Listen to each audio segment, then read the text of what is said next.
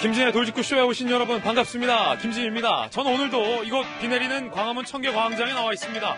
상당히 많은 양의 비가 주룩주룩 내리고 있습니다. 마치 장맛비처럼 내리고 있습니다. 참고하시기 바라겠습니다. 윤석열 전 총장이 어제 여야의 공격에는 일절 대응하지 않겠다라고 밝혔는데, 자, 이게 정치권 일각에서는 입당을 하지 않고 윤 전 총장이 대권으로 직행하려는 마이웨이를 선언한 것 아니냐라는 분석이 나오고 있습니다. 윤석열 전 총장의 정말 마이웨이 선언일까요? 저희 채널의 단독 취재에 따르면 6월 27일에 정치 선언을 고려하고 있는 것으로 취재가 됐습니다. 잠시 후에 빨라진 대권 시기의 대선 상황에 대해서 오늘도 짚어보겠습니다. 저는 비가 오나 눈이 오나 매일 아침 이곳에서 여러분을 기다리겠습니다. 김재의 돌직구쇼 지금 라이브로 시작합니다. 잠깐만요.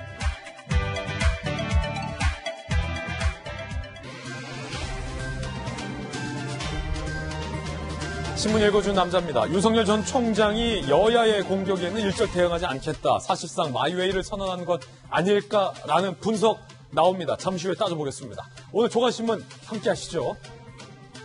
먼저 동아일보입니다. 여권 윤석열 검증 금을 못 피할 것이다. 벼르고 있고요. 윤석열 검찰총장 측은 김대엽 같은 버릇 버려야 한다 라고 밝혔습니다. 2002년 대선에서 병역비리 의혹을 제기했었던 마치 김대엽 같은 그런 버릇 버려야 한다라고 맞섰습니다. 특히 추미애 전 장관 같은 경우는 윤이 어떤 사람인지 내가 잘 안다라고 주장을 했고요. 야권에서도 유승민 전 의원은 토론으로 경쟁력을 평가하자라고 나섰습니다. 윤석열 검찰총장 측은 구상과 비전 밝힐 준비 이미 완료돼 있다라고 자신감을 밝혔습니다. 오늘의 궁금증은 그래서 그 마이웨이가 입당을 안 하고 독자적인 대권 행보를 걸을 것인가에 대한 궁금증입니다. 잠시 후에 그 궁금증 해소해보겠습니다. 다음 신문입니다. 이번엔 조선일보입니다. 정한의 대장님이 쿠팡의 물류 창고에서 큰 화재가 발생을 했고 밤사이에 이 불이 제대로 잘 잡히지가 않고 있습니다. 걱정은 이 안에 우리 소방대원 한 명이 실종 고립돼 있다는 겁니다. 저 안에 우리 대장님이 있다는 소방대원의 절규 영상으로 상황 살펴보시죠. 자, 어젯밤 상황에도 불길이 잡히지 않고 오히려 더 활활 타오르던 상황입니다. 저희 취재진이 직접 현장에 가서 어젯밤에 취재를 해왔고요. 밤새 이 불길을 잡는 진화 작업이 밤새 이어졌고 지금 현재에도 이 진화 작업 중에 있는데 문제는 이 안에 우리 소방대원 한 분이 갇혀 있을 것으로 추정됩니다. 실종이 된 상황인데 산소통에 산소가 얼마 남지 않았다고 해서 제발 살아있기를 무사히 구조되기를 간절한 마음으로 바라면서 지켜보겠습니다. 다음 신문입니다. 이번에 한겨레 신문인데요. 아스트라제네카 1차 접종한 76만에서 한 109만 명, 2차는 화이자 백신도 섞어 맞을 계획입니다. 아스트라제네카의 2차 접종 물량이 충분치 않아서인데 이 논란은 1차에 아스트라를 맞고 2차에 화이자를 맞아도 괜찮을까라는 겁니다. 우리나라에서는 100명 정도를 대상으로 이렇게 교차 접종 실험을 해봤다라고 하고 다른 나라에서도 이런 사례가 있긴 하다고 하는데 확실하게 괜찮다라는 확신을 줄 수 있을지가 관건일 것 같습니다. 그뿐만이 아니라 50대 미만, 즉 40대 이하 8월부터 희망자부터 사전 예약 순서에 따라 접종이 시작된다라는 계획도 나왔습니다. 다음 신문입니다. 이번엔 중앙일보입니다. 민주당 의원 60여 명이 대선 경선 연기 논의 의총을 열자라고 연판장을 돌렸습니다. 이 중에는 상당수 이재명계 의원들로 알려진 분들도 포함되어 있는 것으로 알려져 있습니다. 특히나 이재명 지사와 이낙연 전 총리가 경선 연기를 두고 정면 충돌하고 있는 양상입니다. 약장수다, 쓰레기다라는 얘기까지 서로 주고받을 정도의 폭발인 상황에서 민주당 소속 60여 명이 경선 연기 논의 연판장을 돌린다. 심상치 않습니다. 이거 세력 싸움, 세력 간의 전면 충돌, 폭발로까지 이어질 수 있는 심각한 상황이라서 잠시 후에 본격적으로 이야기 나눠보겠습니다. 지금까지 신문 읽어주는 남자였습니다.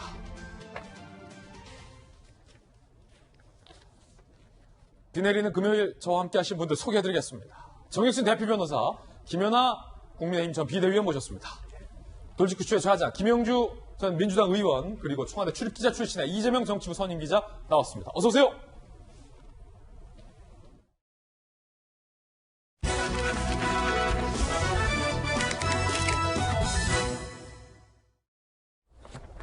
이제 대선의 시간입니다. 대통령 선거 모두가 본격화됐습니다. 이제 우리 국민들은 차기 대한민국 최고 권력을 누구에게 맡길 것인지를 선택해야 할 시간이 코앞으로 다가왔다라고 봐도 무방할 것 같습니다. 그중에 야권의 주요 변수는 뭐니 해도 윤석열 전 검찰총장입니다. 그런데 이준석 신임 당대표와 윤석열 전 검찰총장 측이 입당할지 말지를 두고 시기와 방법을 두고 점점 기싸움을 수위를 높여가고 있습니다. 급기야 마이웨이 선언이 아니냐라는 행보까지 나왔습니다. 윤석열 전 검찰총장 측의 이야기 들어보시죠. 제가 걸어가는 길을 보시면 잘 아시게 되지 않겠나 싶습니다.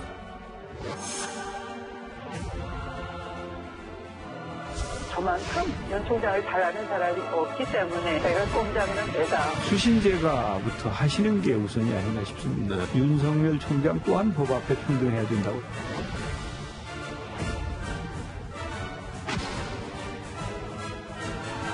강복이 제발 그만하고 빨리 링 위에 올라오라. 국민과 제대로 소통을 하지 않고 없는다고 하듯이 나중에 또 피해 나가려고 하고 그런 것 때문에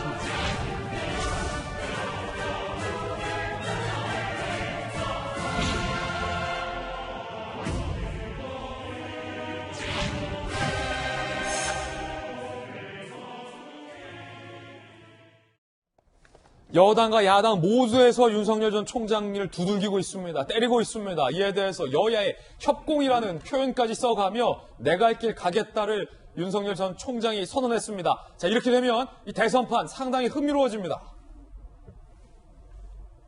마이웨이. 프랭크 시나트라가 불렀죠. 마이웨이. 제가 참 좋아하는 노래인데. 마이웨이를 선언했습니다. 여야 협공의 무대응. 윤석열. 여야 협공에 일절 대응 않겠다. 표현 자세히 보세요. 협공이라고 쓰고 있어요. 협공. 협공. 같이 편먹고 공격한다는 뜻도 있는데 협공. 국민 통합해 국가적 과제 해결할 수 있는 큰 정치만 생각하겠다. 이 말은 니들은 작은 정치다. 라는 반응. 내가 할 길 가겠다. 라고 이준석 당대표를 중심으로 좀 전에 들었던 유승민, 하태경 등등이 빨리 입당해라, 선문답하지 마라 라는 공세에 일절 대응하지 않고 내 페이스대로 가겠다라는 걸 선언했고요. 여권의 공격에도 대응하지 않겠다라는 걸 밝혔습니다. 작은 정치라는 거죠, 그거. 이동훈 대변인.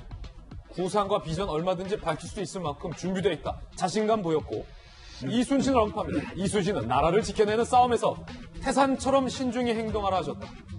윤 전 총장, 태산처럼 무겁게 움직일 것이다. 이 말은 윤 전 총장 빼고 나머지는 작은 산. 가볍게 움직이고 있다는 뜻인가요? 이게 흥미롭게 대선판이 돌아가고 있습니다. 대선 취재 여러 번 해봤던 이재명 기자. 숨가쁜 대권의 움직임, 물밑에서 입당 여부 기싸움이 신경전 양상까지 가고 있는데, 자, 요 발언 어떻게 봐야 됩니까? 여야 협공, 마이웨이입니까? 그러니까 가장 앞서가는 이재명 지사를 향해서 여권 주자들이 협공을 하고 있죠.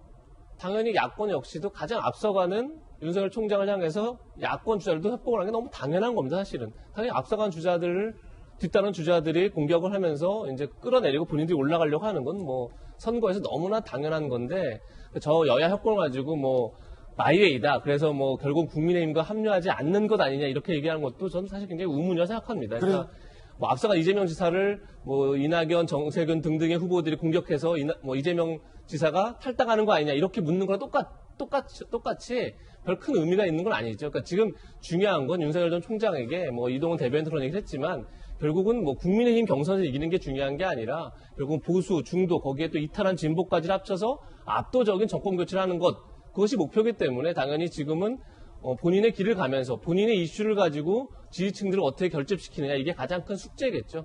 그런 점에서 뭐 저걸 마이웨이까지 볼 건 아닌데 이제 중요한 건 아까 말씀드린 것처럼 아니 가장 앞서가는 주자이기 때문에 협공을 당하는 건 당연한 겁니다. 그럼 이 당연한 것을 어떻게 극복해내고 어떻게 정리해내는지 그 능력을 당연히 윤석열 총장이 보여줘야죠. 보여주고 이 협공에서 자신의 이슈를 가지고 이 판을 끌고 가는 모습을 보여줘야만 그래야만 이제 그 압도적 승리로 가는 그 지지층들이 결집되는 과정들이 만들어지겠죠. 그런 점에서 이 당연한 수순들을 어떻게 극복하느냐 그걸 보고 싶습니다. 뿅하고 나타난다고 우리 당 안 찍어준다. 이준석 대표 그리고 유승민, 하태경 두 명의 전현직 의원들도 윤석열 때리기에 나섰습니다. 들어보시죠. 빨리 링 위에 올라오는 게 그게 국민에 대한 도리 아니냐. 간보기 제발 그만하고 빨리 링 위에 올라오라. 안철수 대표가 사실은 윤석열 1기거든요. 점점 이제 저물었던 이유가 국민과 제대로 소통을 하지 않고 전문다 가듯이 나중에 또 피해 나가려고 하고 그런 것 때문에 실패했는데 그런 전철을 밟지 않기를 바랍니다. 지금 안철수의 전철을 밟지 않기를 바란다는 얘기까지 나오고 있는데 오늘 상당히 많은 언론에서 마이웨이라는 얘기를 썼거든요. 그렇다면은 입당을 하지 않고 독자 대권을 치를 가능성이 김영주 의원님께서는 얼마나 된다고 보시는지 이순신을 얘기했어요. 이순신이 여러 가지 모함이나 여러 가지 환경의 변화에도 불구하고 신중하게 대처했다. 이순신 장군님은 감옥까지 갔다 왔잖아요. 네, 대처했다라고 하고 또 윤석열 총장 몸집도 크잖아요. 예. 가볍게 대처할 수 있는 인물이 아니잖아요. 태산. 네, 그래서 태산 태산. 같은 부분인데 이게 21세기는 사실은 두들기면 이미 지나가는 시점이기 때문에 빨리 먼저 헤엄쳐 건너는 사람이 더 오너가 될 수 있다. 이제 그런 것도 맞죠. 그러나 제가 봤을 때 그 가능성이라고 하는 거 다른 뭐 제3지대의 가능성 마이웨이 가능성. 가는 선이 아닌가. 굉장히 가능성이 아니라 가는 선이다. 예. thin line. 예. 왜냐하면 저는 기본적으로는 대변인 두 사람을 뽑는 그 태세에서 좀 봤어요. 그래요? 예. 조선일보, 동아일보에서 대변인을 뽑았다. 만약 더 큰 정치할 것 같으면 조선일보, 경향신문. 왜 동아를 뺍니까? 왜 동아를 뺍니까? 동아일보, 한겨레신문. 이렇게. 그렇지. 제가 이대 독자 출신 아닙니까? 그렇죠. 이제 동아일보 이대 독자. 그러한 부분을 가지고 조금 더 큰 부분인데 이미 본인이 가고자 하는 방향은 거기서 이미 정해졌는데 윤 총장의 행보를 보면 저는 더 큰 말하자면 자기의 포부를 충분히 이해가 돼요. 그런데 6.15 정신도 받아야 되고 김대중 대통령의 어떤 생각들도 받아 안아야 되고 우당의 생각도 받아야 되고 그런 어떤 역사의식 풍부한 우리 민족의 어떤 역사의식 속에서 한국 정치가 앞으로 21세기 어떻게 가는까지 좋은데 지금 또 하나의 문제는 제가 우려하는 거는 이동훈 대변인의 경우에는 굉장히 관록이 많단 말이에요. 예. 특히 박근혜 정부를 만들어가는 과정에서 굉장히 깊이 있게 들여다봤기 때문에 혹시나 국민의힘에 대해서 저거 우리가 충분히 이끌어갈 수 있고 다음 정권은 우리가 만들 수 있다 이런 과거에 말하자면 언론사에서 보는 관점으로 국민의힘을 바라보는 관점이면 상당히 많은 마찰 가능성도 있어 보여요. 이제 그런 부분을 윤 총장이 어떻게 제어하면서 자기가 큰 정치를 하면서도 국민의힘과 이렇게 그러니까 자연스럽게 스며들어갈 거냐 하는데 현재의 문제는 그런 겁니다. 국민의힘 자체 이준석 대표가 착시 현상을 갖고 있어요. 갑이 과거에는 불과 2주 전까지는 윤석열이고 어리 국민의힘이었는데 윤석열 총장의 지지율과 국민의힘의 지지율이 같아졌단 말이에요. 최근에 20대가 국민의힘에 몇만 명씩 들어오니까 갑과 을의 관계가 더 이상 아니다. 우리가 갑이 될 수 있다라고 국민의힘이 오판할 수도 있거든요. 오판할 수 있다. 그런 부분에 대해서 서로 이 지점을 잘 정리해 가지 않으면 상당히 윤 총장에도 위기로 닥쳐올 수 있는 부분이 있겠다는 생각이 듭니다. 여러 오판의 가능성까지 가능성에 대해서 한번 전망을 해봤습니다. 이 여야 협공 발언에 야권에서는 어떤 반응 보이고 있을까요? 국민의힘 관계자. 본인이 여당 후보인지 야당 후보인지 어느 편인지조차 아직 잘 모르는 듯하다. 진짜 공격은 시작도 안 했는데 협공이라는 표현 쓰는 게 맞느냐. 앞서서 우리 김영주 의원께서 국민의힘의 지지율이 오르니까 이게 착시인데 이거를 오판하면 안 된다라고 하셨는데 자, 연관이 있는 내용으로도 볼 수 있을 것 같아요. 진짜 공격은 시작도 안 했다.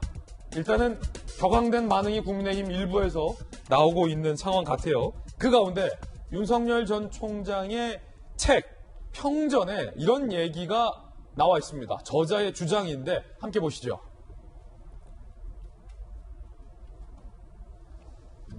자, 별의 순간은 오는가라는 평전 책에서 국정원 댓글, 국정농단, 적폐수사 등이 정치 논쟁이 될 경우 어떻게 대처하겠냐. 나는 내 페이스대로 갈 것이다. 라고 얘기를 했다라는 겁니다. 그리고요. 평전 저자 천준, 총장 사퇴 상태이던 때 윤 전 총장 측으로부터 나는 동굴 속에서 마늘만 먹으며 인간이 되기를 기다리는 곰이라는 메시지도 받았다. 라고 쓰고 있습니다. 나는 동굴에서 마늘만 먹으며 인간이 되기를 기다리는 곰. 정혁진 변호사님. 네. 이게 무슨 뜻입니까? 저는 사실은 좀 잘 모르겠어요. 기다린다. 지금 근데 기다릴 시점이냐. 저는 기다릴 시점은 이미 지나갔다라는 생각이 들거든요. 그 다음에 윤 총장께서 검찰총장 할 때 뭐라고 이야기했냐면 국감에 나와가지고 정무 감각이 본인이 부족하다고 이야기를 했어요. 저는 그 말이 맞다고 생각을 하거든요.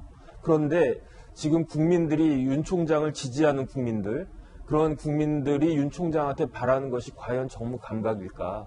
저는 그렇게 생각하지 않거든요. 검사만 쭉 해왔던 사람에게 노련한 정무 감각을 기대한다라고 하는 것은 그 사람이 그야말로 정치검찰 아니었느냐, 이런 오해를 받을 수도 있단 말이죠. 윤 총장한테 기대하는 것은 자유민주주의, 법치주의, 시장경제 이 부분에 대해서 확신을 가지고 이 나라를 이끌어 가겠다. 내가 모르는 부분이 많지 않겠느냐. 경제도 잘 모르고 외교도 잘 모르고 그런 부분들은 그 원칙에 기대해 가지고 훌륭한 사람들 뽑아가지고 같이 이 나라를 이끌어 가겠다. 이런 식으로 이야기하면서 이끌어 나가는 모습이 있어야 될 것 같은데 지금 뭐든지 본인이 다 잘해야 된다라고 생각하면서 자꾸 시간을 놓치는 것이 아닌가 그런 생각이 들면서 기회라고 하는 것은 결국 타이밍 아니겠습니까? 앞에서 기회가 왔을 때 잡아야지 조금만 늦으면 그 기회는 날아갈 수도 있다. 저는 이런 부분들에 대해서 윤 총장이 어차피 정치를 하셨으니까 잘 유념을 하시는 것이 좋겠다는 생각입니다. 나는 동굴에서 마늘만 먹으며 기다리는 곰이다의 의미는 내가 오랜 기다림을 갖고 있었다라는 기다림의 뜻이다. 난 정혁진 변호사 해석. 김연아 전 비대위원께서는 마늘 먹은 곰 어떤 뜻이라고 보세요? 어떤 의도라고 보세요? 저는 최근에 윤석열 총장과 관련된 여러 가지 논란의 핵심은 뭐냐면 본인이 직접 얘기하는 것이 아니라 전부 다 뭐뭐라고 하더라, 뭐뭐라고 했다, 좀 압축돼서 전언이라고 하는데요. 이런 식으로 표현되는 모든 것들이 진짜 윤석열의 모습을 보여주는지 아니면 우리가 지금까지 봤던 윤석열의 모습을 오염시키는지 한번 판단해야 된다고 생각합니다. 검찰총장이 어떻게 야당 대권 후보로서 1위를 점하게 됐는가라는 것을 가만히 살펴보면 네. 일단 제일 처음에는 본인이 살아온 강직한 삶이 또 사람에게 충성하지 않았던, 산 권력에게 충성하지 않았던 그 모습도 있지만 사실은 저는 그거보다는 지금 집권 여당의 윤석열 때리기가 가장 주요한 원인이었다라고 보고 있습니다. 근데 그때 윤석열 전 총장이 어떻게 대응했는지를 한번 보십시오. 마늘을 먹었다. 아니, 그렇지 않았죠. 저는 윤석열 총장의 대응 방안은 오랜 침묵 끝에 자기에게 발언할 기회가 주어지면 굉장히 직접적인 화법으로 본인의 얘기를 굉장히 많이 했습니다. 젊은 사람들 표현에 따르면 사이다. 예, 사이다인데 저는 평상시에는 얘기 안 하다가 상임위장이라든가 국회 가게 되면 정말 너무나 많은 얘기를 투머치 토크라고 얘기할 만큼 저는 너무나 많은 얘기를 쏟아냈다고 보여지거든요. 그것도 본인 직설화법으로. 근데 최근에 한번 보십시오. 최근에는 자기의 얘기로는 정말 말을 아끼고 전부 다 남을 들어서 얘기를 하고 있습니다. 그래서 지금까지는 남이 때리는 게 본인의 어떤 강직한 모습을 보여주면서 에너지가 됐는데 그리고 힘이 됐죠, 본인에게. 근데 저는 앞으로의 외부에서 때리는 거는 오히려 윤석열의 힘을 뺄 수도 있다라고 보면 다시 원칙으로 돌아가서 오랜 침묵으로 한마디를 하되 본인의 목소리를 내야 된다라는 것. 굉장한 조언이에요. 그다음에 자기가 여태까지 했던 것들에 대해서 이제는 구체적으로 TMI가 되든 TMT가 되든 이제는 본인 목소리로 얘기를 하셔야 된다. 그렇지 않으면 본인의 이미지가 오염될 거다. 저는 이런 생각을 해봅니다. 김연아 전 비대위원의 전략 들어봤고요.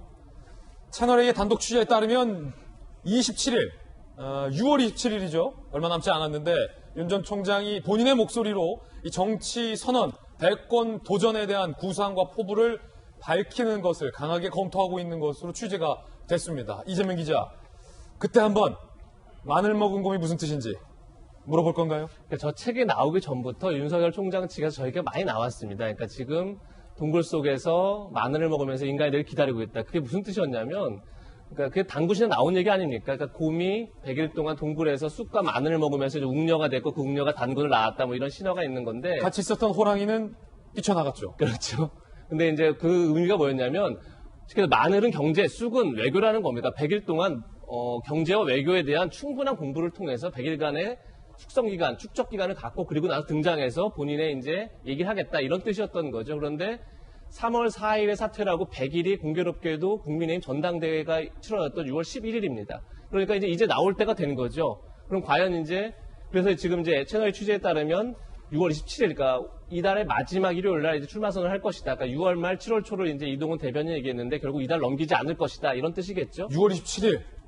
이날 넘기지 않고 이제 출마 선언할 건데, 그럼 결국 이제 마늘과 쑥을 제대로 먹었느냐를 이제 우리가 검증할 수 있는 거죠. 그래서 정말로 경제와 외교, 어떻게 보면 국정의 양축에 대한 충분한 어떤 숙지가 되어 있느냐를 보여줘야 되는데, 그러니까 6월 27일 날 출마 선언할 때 모습이 굉장히 중요하죠. 그러니까 조금 전에 하태경 의원도 안철수 대표랑 비교를 했는데, 그러니까 안철수 대표의 새 정치가 지금까지도 모호한 거 아니겠습니까? 그런데 지금 오히려 윤석열 전 총장은 큰 정치를 화두를 던져놨습니다. 국가 개혁, 국가 과제를 해결하는 큰 정치를 하겠다. 그럼 과연 이제 6월 27일 날 쑥과 마늘을 통해서 공부한 큰 정치가 뭔지를 분명히 보여줘야죠. 그렇지 않으면 이제 굉장히 그때부터는 또 협공이 시작되겠죠. 그러니까 거기에 그때 어떤 모습을 보여줄지가 굉장히 중요하다는 생각이 듭니다. 우리가 원하는 거는 사실은 당군인데 웅녀가 나타나는 건 그건 좀 안 맞잖아요. 웅년지 당굴지는 6월 27일, 다다음 주 일요일에 윤 전 총장이 선언을 한다면 그 안에 아마 담겨 있을 것으로 보입니다. 상당히 좀 궁금해지는데, 쑥과 마늘, 숙성 기간을 거친 윤석열 전 총장이 채널A 취재에 따르면 6월 27일, 다다음 주 일요일 몇 시인가요? 시간 아직 안 나왔고 언젠가에 할 텐데 그 내용, 콘텐츠 한번 기다려보겠습니다. 저희도 한번 꼼꼼하게 취재해서 보도를 해드리겠습니다. 그런가 하면 민주당의 대권주자 중 한 분인 박용진 의원은 윤 전 총장에 대해서 강하게 비판을 했습니다. 박용진의 비판 들어보시죠. 전원 정치를 하시다니요. 9달도 남지 않았어요. 우리 국민들한테 차차 알 거라니요. 여야 대통령 후보로 나서겠다고 하는 분들 중에 남의 입을 통해 가지고 자기 생각을 얘기하는 사람이 누가 있습니까? 근데 이런 것도 뭔가 사정이 있겠죠. 뭐 아직 준비 중이고. 사정이 있는 게 아니라 생각이 없는 거라고 저는 봅니다. 사정이 있는 게 아니라 생각이 없다. 박용진 의원 비판이었고요. 자, 그런가 하면 김진우 공수처장이 윤석열 전 총장 가족의 수사, 윤 전 총장 본인의 수사 등에 대해서 입을 밝혔습니다. 이야기 들어보시죠. 공정성 논란이 일지 않도록 무겁게 일 처리를 했어야 되는데 그러지 못한 점 사과를 드립니다. 이런 상황에서 공수처가 정치적인 중립을 지킨다는 명목하에 정치적인 논란이 있을 수 있는 사건들을 모두 다 피하고 그 외의 사건들로만 수사하기도 어렵고 그것이 바람직하지도 않아 보입니다. 윤석열 전 검찰총장 사건은 지금 본격적으로 수사 착수 안 한 상태입니다. 자, 논란이 일자 공수처가 수사 착수 안 한 상태다라고 해명에 나섰다는 이야기도 드리겠습니다. 자, 이번엔 저희가 준비한 다음 순서, 오늘의 뜨거운 소식들이 참으로 많습니다. 돌직구 핫쌈 지금 공개하겠습니다. 송영길 당대표의 이 광주 참사의 발언이 논란입니다. 건물이 붕괴해서 버스 위에 무너져 내렸고 많은 사상자가 발생했는데 여당 당대표가 운전사가 엑셀만 밟았어도 라고 발언해서 논란이 일었습니다. 소위 운전사 탓을 했다는 겁니다. 송 대표는 그거 아니라고 반발했지만 논란은 일파만파 커집니다. 두 번째 핫쌈, 김원웅 광복회장 모친이 독립유공자로 인정이 됐는데 그게 가짜 유공자다라는 의혹이 강하게 제기됐습니다. 의혹은 무엇인지 파헤쳐보겠고요. 세 번째 핫쌈, 국민 마라토너 이봉주 씨가 난치병을 앓고 있다는 모습이 공개돼서 많은 안타까움이 있었고 무려 7시간에 가까운 대수술을 했다고 합니다. 수술 경과가 어떤지 직접 이봉주 씨의 이야기도 육성으로 들어보겠습니다. 광주 참사 사건에 대해서 송영길 당대표의 발언이 강하게 논란이 일고 있습니다. 뭐라고 발언했길래 들어보시죠. 버스 정류장만 아니었다 할지라도 운전사의 본능적인 감각으로 뭐가 무너지면 엑셀레이터만 조금 밟았어도 사실 살아날 수 있는 그런 상황인데 하필 버스 정류장 앞에 이런 공사 현장이 돼 있으니 그게 정확히 시간대가 맞아서 이런 불행한 일이 발생하게 됐습니다. 정말 그 무슨 영화의 한 장면 같은. 발언의 취지는 하필 거기가 버스 정류장이어서 안타까운 일이 발생했다라는 발언의 취지로 이해가 됩니다. 그런데 이 발언이 논란이 되고 있는 이유는 운전기사가 엑셀레이터만 밟았어도 라는 표현을 쓴 부분, 그 부분이 논란이 되는 겁니다. 왜 책임을 운전기사에게 돌리냐는 겁니다. 야당의 비판 들어보시죠. 피해자들의 가슴에 대못을 박는 2차 가해나 다름없습니다. 집권 여당 대표가 황당한 인식을 갖고 있으니 이러한 인재가 반복되는 것 아니겠습니까? 참사의 책임을 애꿎은 피해자에게 전가하지 마십시오. 사과하십시오. 참사를 운전자 탓으로 돌리고 그 현장을 영화의 한 장면 같다고 말하는 게 중대재해 사고를 바라보는 민주당의 인식입니까? 기가 막힐 노릇입니다.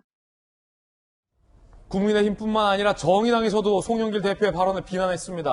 비판했습니다. 특히나 영화의 한 장면이라는 표현으로 이게 수식이 될 만한 상황인 것인가에 대해서 청년정의당이 일가를 한 겁니다. 국민의힘의 허은하 의원도 망언 총량제냐라고 비판했는데 함께 보시죠. 허은하 의원, 더불어민주당에는 망언 총량의 법칙이 있는 것입니까? 버스 운전자의 본능적 감각을 찾기 전에 정치인으로서의 본질적 공감 능력을 먼저 생각하길 바랍니다. 라고 비판을 했습니다. 김연아 의원님, 어떻게 생각하십니까? 송영길 대표의 발언. 저는 저 발언을 이제 영상으로 계속 다시 돌려보기를 했습니다. 근데 충분히 오해살 만했거든요. 근데 저는 저 발언보다 저 발언에 대해서 해명하는 송영길 당대표의 발언이 더 문제였다고 보고 있습니다. 잠시 후에 그건 저희가 들어볼 테니 네. 그때 여쭤볼까요? 예, 그래서 모든 당대표들이 말을 실수할 때가 있죠. 예. 예, 그리고 또는 언론이 그걸 축약하는 과정에서 약간 앞뒤가 잘리고 오해할 만한 사연을 집어넣기도 합니다. 근데 저는 저 부분은 그런 거라고 오해하기에는 너무나 좀 과도한 설명과 불필요한 단어들이 많이 들어갔다고 생각하고 구체적으로 있고요. 이유는요? 아니 본능이라는 게 저기 저 자리를 지나가면서 어떠한 사인도 없었는데 그 본능이라는 게 도대체 어떻게 발휘될 수 있는지 잘 모르겠습니다. 운전자가 본능적으로 엑셀레이터만 밟았어도 그 부분. 예, 그리고 저는 오히려 저기에 누가 뭐 표시라는 걸 통해서 그런 철거 건물이 있다라는 사인을 줬더라면 이렇게 얘기하셨다면 오히려 더 맞다고 보여지는데 그걸 운전자의 그것도 본능이라는 걸 누가 컨트롤할 수 있겠습니까? 그렇다라고 하면 우리가 모든 사건 사고에 대해서 책임자들에게 본능을 왜 일깨우지 않았느냐고 탓할 수밖에 없지 않겠습니까? 두 번째는 송영길 대표 과거에 여러 가지 저런 일종의 소통이 안 되고 남의 어떤 생각을 전혀 읽지 못하는 발언들이 너무 많이 있었는데 이런 얘기하고 싶진 않지만 오히려 정말 송영길 의원 자체가 소통하는 어떤 기본적인 소양에 대해서 문제가 있는 게 아닌가라는 오해를 살 만큼 저는 저 발언에 대해서는 충분히 오해 소지가 있었다고 보고 있습니다. 야당의 전직 비대위원으로서 강한 비판을 해주셨는데 민주당의 김영주 전 의원께서는 어떻게 보십니까? 저희들은 이 발언의 앞뒤를 자르지 않고 있는 그대로 다 보도해드렸는데 잠시 후에 보겠지만 광주에서도 송 대표의 발언에 대해서 지금 비판의 목소리가 나오고 있거든요. 네. 실제로 보니 본인이 이제 강조하고 싶었던 부분은 사실 이런 문제가 있으면 그런 철거 현장 가까이에는 버스 정류장을 세우지 않았으면 차라고 하는 것이 정류장을 쓰기 위해서 감속을 하지 않습니까? 예. 또 다시 가속을 하는데 시간이 많이 걸리기 때문에 기본적으로 오히려 행정제도의 불철저성을 지적했던 발언이라고 보여집니다. 예. 운전기사가 엑셀을 밟았냐 안 밟았냐가 중요한 게 아니라 미리 그런 사고 현장 주변에는 아주 멀리 정거장을 둠으로 인해서 그런 사고가 안 생겨야 된다는 말을 잘못 표현한 거죠. 왜냐하면 이 공사하면 버스 정류장을 임시로 옮기기도 하거든요. 네. 그걸 말한 거다. 임기로 옮겼으면 실제로 뭐 감속하고 다시 오는 그런 안타까움이 없었을 텐데 혹은 감속 가속 엑셀레이터를 밟는 게 중요한 게 아니라 실제로 그 행정당국에서 이런 사건이 있는 그 부분은 정류장을 안 만들어야 된다라고 하는 그런 의미에서 불철저성을 지적하는 가운데서 생긴 오해이고, 또 오해 이전에 어쨌든 인명사고와 관련된 부분을 저렇게 가까이 뭐 본능적이다, 엑셀을 밟아야 된다라고 얘기하는 것은 일부 부적절한 부분이 있다, 그렇게 생각이 듭니다. 그렇군요. 민주당 김영주 의원께서도 운전자의 엑셀레이터 본능은 잘못된 표현이다라고 지적을 했는데 광주에서도 비판이 나옵니다. 일부 유족들 할 말이 없다. 논평 거부. 민노총 광주본부. 민노총 광주예요. 마치 참사 피해자인 버스 기사가 잘못돼 피해가 커진 것으로 표현한 망언이다. 비판했고요. 참여자 G21 사무처장 기우식 처장. 광주의 핵심 기반 둔 민주당 당대표 입장에서 나올 만한 이 얘기인가 믿기 어렵다. 상식 밖 망언에 화가 치밀어 논평하고 싶지도 않다. 강한 비판들 쏟아져 나오고 있고, 송영길 당대표의 해명도 필요합니다. 송 대표 해명도 그대로 들려드리겠습니다. 제가 했던 말씀의 취지는 버스 정류장 앞에 그 위험한 5층짜리 건물 해체 작업을 방치했다는 게 있을 수가 있는 일이냐. 이 사고가 커졌던 게 버스 정류장 때문에 더행을 하고 정차를 하려고 하는 순간에 이 건물이 붕괴돼가지고 피해가 커진 거 아니었겠느냐. 버스가 그냥 진행하는 과정에서 건물이 붕괴됐다면 그 순간 엑셀레이터를 본능적으로 밟았으면 붕괴 시점을 조금이라도 피해서 피해를 줄일 수 있었을 것이다. 라는 취지의 해명이었다라고 해명을 밝혔습니다. 그런데 송 대표 언론 탓을 했습니다. 언론 참사. 어떤 기자는 엑셀레이터만 조금 밟았어도라는 대목만 키웠다. 악의적 언론 참사다. 자, 이 광주 참사라는 표현이 나왔는데 그 참사를 또 언론 참사에 갖다 쓴 것도 비판이 나옵니다. 모든 수단을 강구해서 강력 대응하겠다라고 밝혔고요. 미디어 환경 개혁의 당위성, 언론 개혁하겠다는 거죠. 언론들이 만들어서 다행이다. 제 정치적 소명 걸겠다. 정치적 소명을 걸고서 언론을 개혁하겠다라고도 밝혔습니다. 자, 이재명 기자, 오랜 언론 생활을 했잖아요. 해명하신 것처럼 송 대표께서 애초에 발언했다면 이런 비판도 오해도 없었을 텐데 발언은 본인이 하시고 탓은 왜 언론을 합니까? 조금 전에 아마도 이제 김연아 비대위원께서 지적하려는 게 그게 아니었던가 싶은데, 늘 얘기하지만 정치인은 내가 무슨 말 했냐가 중요한 게 아니라 상대가 그 말을 어떻게 들었냐가 훨씬 중요합니다. 그런데 지금 아무리 들어봐도 버스 기사가 본능적 감각으로 엑셀을 밟았으면 살아날 수 있는 그런 상황이었는데 라고 본인이 말씀하신 겁니다. 그러다 보니까 이게 도대체 무슨 뜻이냐고 언론이 이제 보도를 한 건데, 이걸 마치 처음에는 기자들의 어떤 독해력, 이해력을 탓하더니 이제 미디어 환경 탓을 합니다. 글쎄, 그럼 정부가 이제 기자들의 언론인들의 뭐 독해력까지 교육시키겠다는지 모르겠으나, 그러니까 이것은 말의 문제보다 남 탓을 통해서 이것이 문제가 없다라고 하려고 하는 그 오만함이 더 문제인 거죠. 그러니까 이게, 글쎄요, 그냥 안타까움을 전하다가 핀트가 좀 어긋난 겁니다. 그럼 그렇게 해서 그냥 사과하고 넘어갈 수 있는 문제를 굉장히 오히려 엉뚱한 방향으로 문제를 끌고 가기 때문에 논란을 더 키우고 있는 것가 아닌가 싶고, 송영길 대표의 발언이 문제가 된 게 사실 처음이 아닙니다. 2010년도 연평도 폭격 도발 현장에 가서 그을리 소주병을 들고 이게 폭탄주네라고 본인이 발언했습니다. 그리고 개성공단이 남북 연락사무소 폭파했을 때 외교위원장으로 지난해 본인이 대포로 안 쏜 게 어디냐라고 본인이 발언했습니다. 예. 그러니까 이쯤 되면 물론 이게 다 안타까움을 전하려고 했겠죠. 근데 뭔가 자꾸 핀트가 어긋납니다. 듣는 대중들과의 괴리가 생깁니다. 그럼 본인의 발언에 뭔가 좀 가벼움이 없나를 본인 스스로 돌아보는 게 지금 당대표가 오히려 해야 할 일인 거죠. 그런 점에서 이것을 아까 말씀드린 말의 문제보다 이것을 남탓 돌리는 게 오히려 더 큰 문제다, 이런 생각이 듭니다. 김연아 의원님. 제가 아까 좀 지적하고 싶었던 건 송영길 당대표의 그 SNS 글인데요. 악의적인 언론 참사입니다. 강력하게 대응하겠습니다. 그러면서 그 밑에 줄인데 제가 그럴 리가 없습니다. 오해가 없으셨으면 합니다. 전 이게 정말 오만이라고 생각해요. 아니, 그럴 리가 없다라고 하는 것은 그럼 남들이 다 해석을 잘못했다는 얘기인데, 저 영상, 저 발언을 남들이 들었을 때 그럼 남들이 다 이상하다는 겁니까? 저는 오히려 아까도 제가 말씀드렸지만 당대표가 되면 여러 자리에서 질문을 받고 발언을 해야 될 일이 있기 때문에 말실수를 할 수 있습니다. 그렇기 때문에 옆에 보좌진들이 최소한의 절제된 언어를 하라고 서포트를 하는 거 아니겠습니까? 그럼에도 불구하고 본인이 안타까움을 포로하기 위해서 여러 가지 설명하는 과정에서 불필요한 얘기였다, 이렇게 얘기하면 끝날 일을 갖고 자기는 절대로 그럴 일이 없다, 다 주변이 잘못했다. 저는 이거야말로 정말 문제가 있다고 생각하고 송영길 당대표의 말 실수보다 저는 이 대응이 더 문제가 있다고 지적하고 싶습니다. 자, 이 의견에 대해서 민주당의 김영주 전 의원님의 이야기도 들어보겠습니다.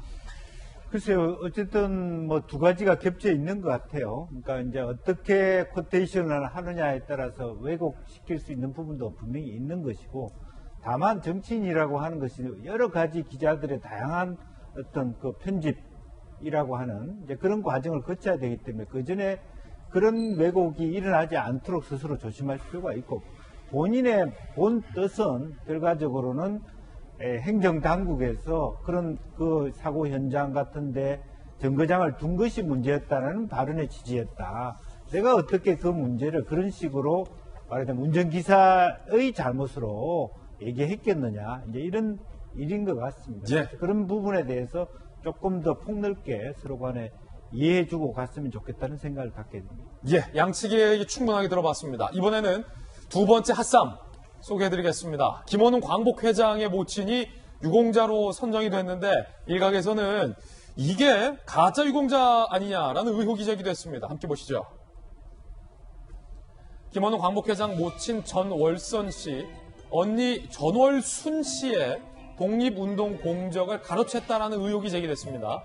다시 정리하면 김원웅 광복회장의 모친은 서류상 이름이 전월선 님으로 되어 있는데 언니가 전월순님이 이름이다.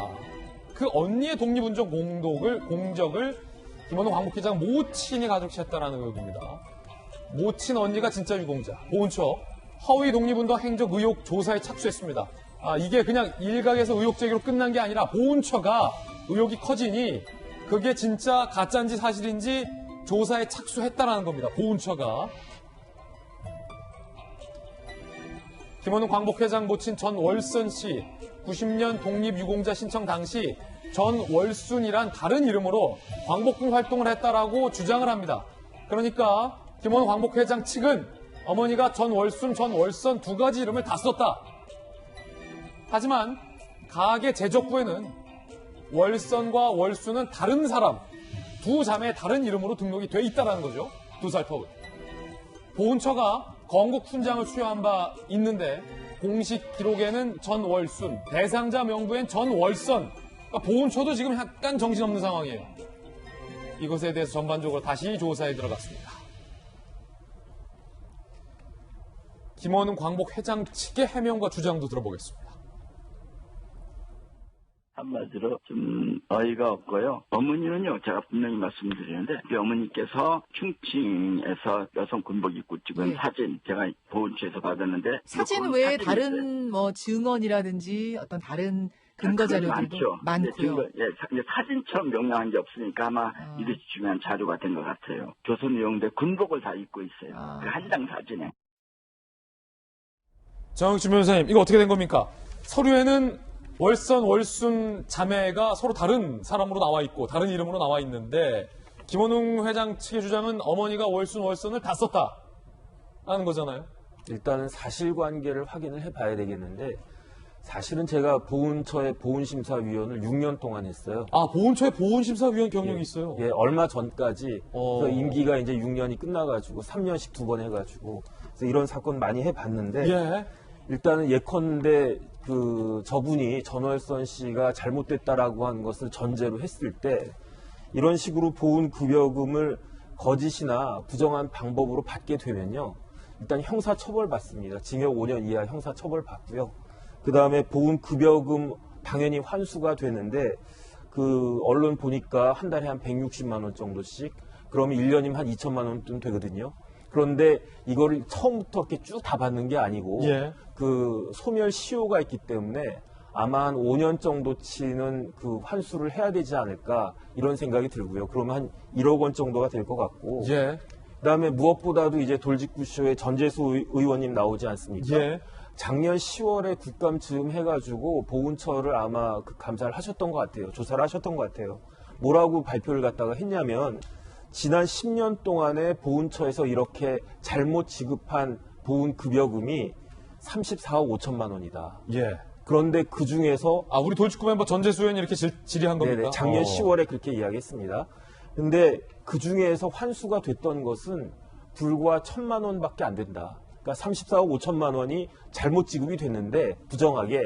그런데 그중에서 34억 4천만 원은 제대로 환수가 안 되고 1,000만 원만 환수가 됐다. 이 부분에 대해서 강력하게 조치를 해야 된다라고 전 의원이 이야기를 했었었거든요. 전 의원의 그러니까 질의는 이 건과는 무관한 전반적인 질의고요. 그렇습니다. 그렇기 때문에 일단은 전제 조건은 뭐냐면은 김원웅 회장의 어머니께서 진짜로 독립운동을 하셨던 것인지 아닌지에 대해서 확인을 해야 되는데 저희가 이제 보훈심사위원회에서 그런 회의 같은 걸 할 때 뭐 사진이나 그런 자료들도 물론 보지만 중요한 거는 객관적인 공부상에 그러니까 무슨 전월선, 전월순 이게 동명이인일 수도 있겠지만은 만약에 실제로 언니가 그런 분이 존재한다. 그럼 이건 조금 문제가 될 수 있지 않을까 하는 개인적인 생각이 듭니다. 추가적인 질문과 추가적인 해명도 오고 가고 있습니다. 함께 보시죠. 모친 여러 개 가명 사용하면서 독립운동했다. 사실 그럴 수 있어요. 독립운동 하신 분들을. 그런데 독립유공자 신청 당시 친자매 공개 안 한 이유. 유공자 신청을 한 부친이 그럴 필요나 이유가 없다고 본 것이다. 그러니까 자매가 그 월순의 이름을 달리 쓰고 있다는 것은 팩트로 보입니다. 사실은 이거 좀 어려운 문제 될 수 있을 것 같아요. 이 기자. 글쎄요, 뭐, 이제 워낙 옛날 자료들을 이제 확인해야 되기 때문에 굉장히 확인 작업이 쉽지는 않겠지만, 팩트는 이거죠. 전월순이라는 여성이 조선 의용대 광복군 활동을 한 독립유공자입니다. 그런데 지금 김원웅 회장의 어머니 성함은 전월선입니다. 이름이 달라. 이분이 전월순이라는 가명으로 활동을 했다는 게 지금 주장입니다. 그런데 알고 봤더니 지적부에는 전월순이 전월선의 언니인 거죠. 아, 복잡해요. 예. 그리고 전월순 씨는 이미 1953년도에 돌아가셨습니다. 이제 그게 지금 팩트인 건데 현재까지 그럼 같은 분이냐? 거기에 대해서 지금 김원웅 회장에게는 가명을 써서 얘기를 합니다. 근데 사실 옛날 독립운동가들이 가명을 많이 썼습니다. 실제 뭐 백범 김구 선생도 임정 시절에 임시정부 시절에 뭐 장진구 이런 가명을 썼다고 알려져 있는데 그 가명을 쓸 수 있는데 그 자기뿐이 아니라 자기 가족들도 위험할 수 있기 때문에 가명을 쓰면 이해가 되는데 하나의 의문은 가명을 언니 이름을 쓴다? 그렇죠. 그건 좀 이상하지 않습니까? 누가 보더라도. 근데 두 분이 분이 존재한 사실이고, 근데 가명을 언니 이름 썼다는 건 좀 이해하기 좀 어려운 거죠. 예. 그런 점에서 뭐 과연 이제 과거의 자료를 어디까지 확인할 수 있는지 모르겠으나 이건 어쨌든 광복 회장의 문제이자 광복 회의 위상과 명예에 관련된 문제이기 때문에 김원웅 회장이 적극적으로 협조에 임해서 사실관계를 명명히 백백히 밝혀야겠죠.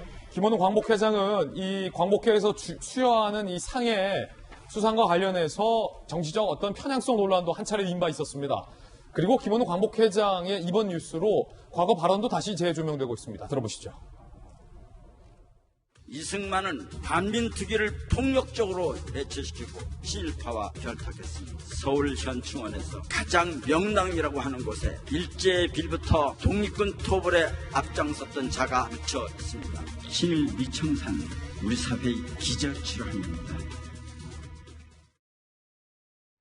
핫삼 두 번째 뉴스 전해드렸고요. 이번엔 핫삼 세 번째 소식입니다. 국민 마라토너 이봉주 씨가 난치병에 걸려서 제대로 걷지도 못하고 있다라는 이 충격적인 근황에 많은 분들이 안타까워하셨는데 7시간에 가까운 대수술을 이봉주 씨가 받았다라고 합니다. 일단은 이 난치병에 걸린 이봉주 씨의 최근 근황 모습 한번 보겠습니다. 이렇게 목과 등을 펼 수 없는 상황이었습니다. 얼마나 안타까운 소식이 아닐 수 없습니다. 최근 한 예능에서 여러 이제 대한민국 스포츠 대표 선수들과 함께 운동 경기를 하는 예능에서도 건강한 모습을 보였던 이봉주 씨였는데 이렇게 목과 등과 허리를 펴지 못하는 난치병에 시달렸다라는 모습에 많은 국민들이 정말이지 눈물 흘리고 안타까워했고 이봉주 씨의 회복과 재기를 간절하게 응원해 왔는데 자 7시간에 가까운 수술을 받았다라고 합니다. 정말이지 안타까웠어요. 수술에 성공한 이봉주, 봉주르 라이프, 국민 마라톤 이봉주, 지난해 1월부터 18개월 넘게, 그러니까 최근입니다. 갑자기 이렇게 가속화됐어요. 난치병, 근육 긴장 이상증. 이 말도 어려워요. 근육 긴장 이상증. 투병 중인데, 본인의 의지와 무관하게 허리와 목이 굽고 그로 인한 통증이 유발된다. 얼마나 괴로운 병입니까? 나의 의지와 상관없이 허리와 목에 근육이 말을 듣지 않는다. 근육 긴장 이상증. 지난 7일에 6시간 30분간의 어떤 대수술을 우리 이봉주 씨가 받았다라고 합니다. 수술을 받고 현재 회복 중인데 이 어떤 수술인지도 나와 있습니다.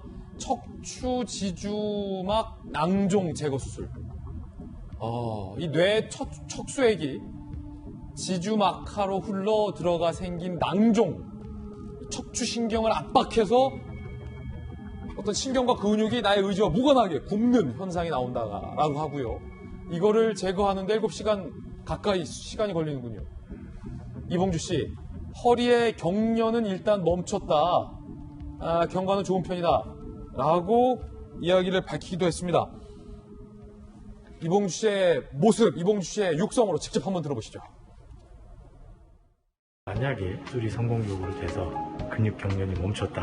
그러면 근육 경련이 멈추게 되면은 제일 먼저 한 30분이라도 제 발로 한번 운동장을 한번 뛰고 싶고요. 만약에 멈췄어. 그럼 무슨 말을 할 것 같아요? 저는 한마디 외치고 싶어요. 뭐라고? 봉주루 라이프.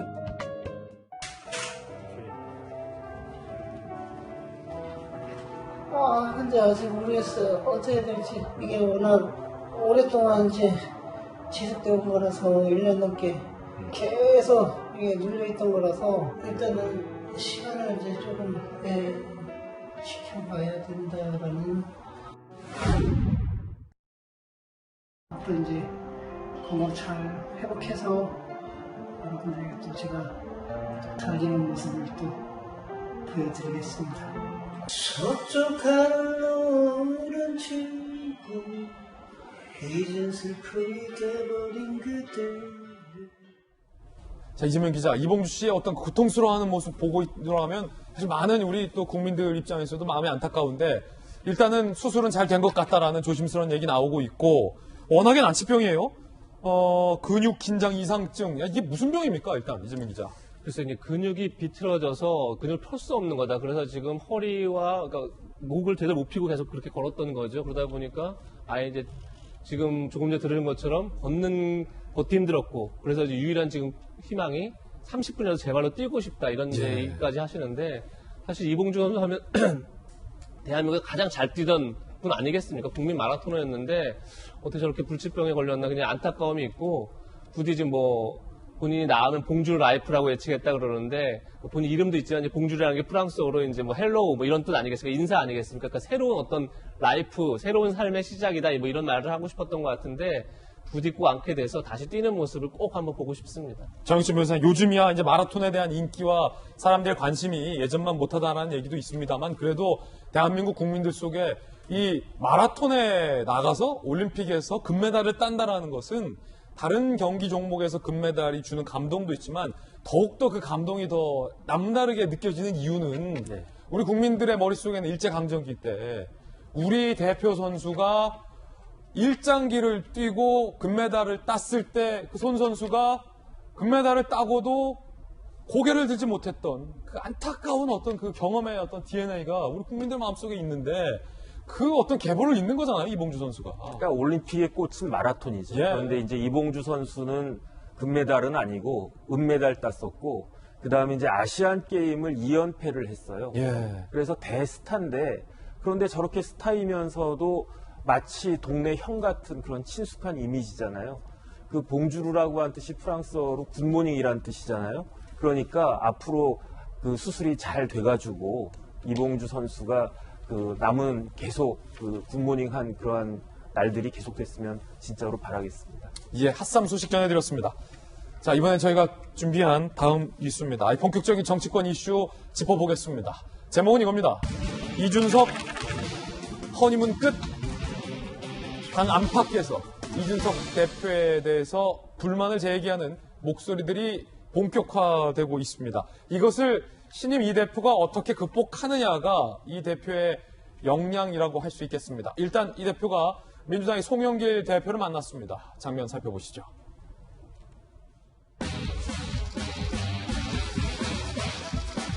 저도 멤버스 때 정치할 때 아이가 빗을처럼 이렇게 하면서 우리 젊은이들의 이야기를 그 내용을 들어주려는 자세가 부족한 점이 많았습니다. 식사 한번 모시고 참 어떻게 보면 값싸게 송 대표님의 정치적 경륜이나 경험도 한번 배울 수 있는 기회를 저희가 한번 만들어서 응해 주겠습니다. 우리 정치권에서는 현역이 밥을 사는 겁니다. 예, 이렇게 제가 제안하고 얻어먹습니다. 나경원 후보님과 TV 토론에서 억까하지 말자. 이번엔 100% 동의합니다. 야당이다 보니까 또 여당을 지적할 수밖에 없는 부분도 있지만은 국가 위기 앞에서 저희가 억까를 한다고 한다면은 국민들의 냉정한 평가가 뒤따를 것임을 잘 알고 있고. 김영주 의원님, 일단 송영길 대표가 상당히 좀 이 대표에 대해서 대우를 해주었고, 뭐 이제 본인의 정치적인 어떤 경험이나 연배를 생각하지 않고 야당이 당 대표로서 잘 대해주는 모습도 보였고, 신조어가 오고 갔어요. 억까라는 단어를 둘이 썼는데, 억까 뭡니까? 그러니까 이게 뭐 억지로 까는 거 아닌가요? 그겁니까? 예. 그렇죠? 나경원 대표하고 일부러 어떻게 보면 그게 다른 말로 보면 연령 차별일 수도 있는 거고요. 그러니까 선배들이 짓누른다 이제 그런 뜻일 수도 있는데 송영길 대표는 뭐 존중한다고 했습니다만 또 그 말 속에 또 보이지 않는 또 그게 있어요. 뼈가. 그래요? 예. 뭐냐면 이게 이준석 대표가 원내가 아니라는 걸 한번 딱 뒤집었죠. 밥은 현역이 사는 겁니다. 밥은 현역이 사는 거다? 네.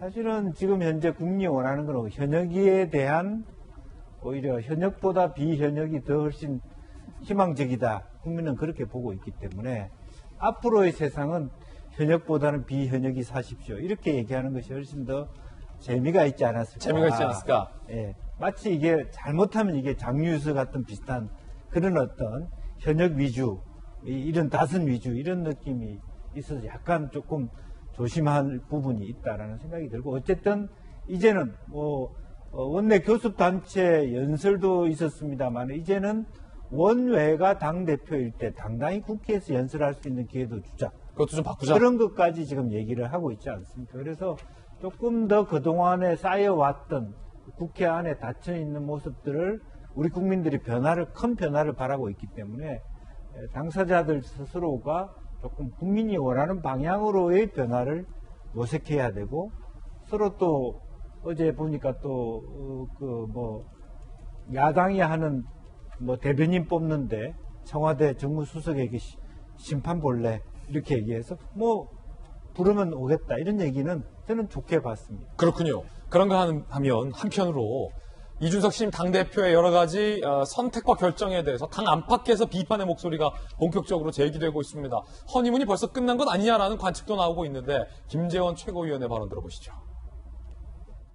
시험제도를 도입한다는 것은 국민주권주의의 대원칙과 맞지 않고 문명국가에서 선출직의 시험을 치게 하는 것은 저는 그런 예를 들어본 적이 없습니다. 심각한 문제가 있다고 생각하고요. 개인적으로는 반대 의견일 수밖에 없습니다. 공개적으로 김재원 최고위원이 이 공직자 자격 시험에 대해서 반대의 깃발을 든 겁니다.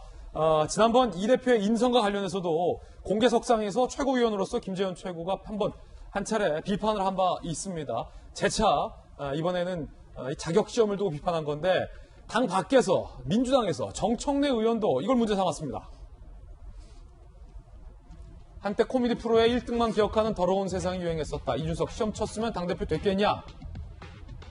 이 공직자 자격 시험에 대해서 당 밖에서도 비판을 목소리. 이게 묘하게 당 안팎에서 이 대표의 이 자격 시험에 대해서 비판하는 목소리가 동시에 제기된 겁니다. 고민정 전 청와대 대변인, 현 의원.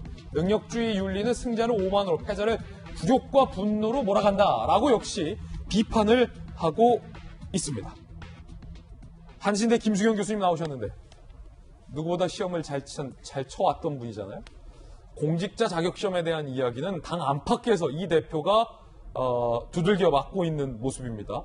이거를 이 대표가 어떻게 잘 극복해 나가느냐가 당 대표로서의 역량을 보여줄 수 있는 어찌 보면 첫 무대가 됐어요.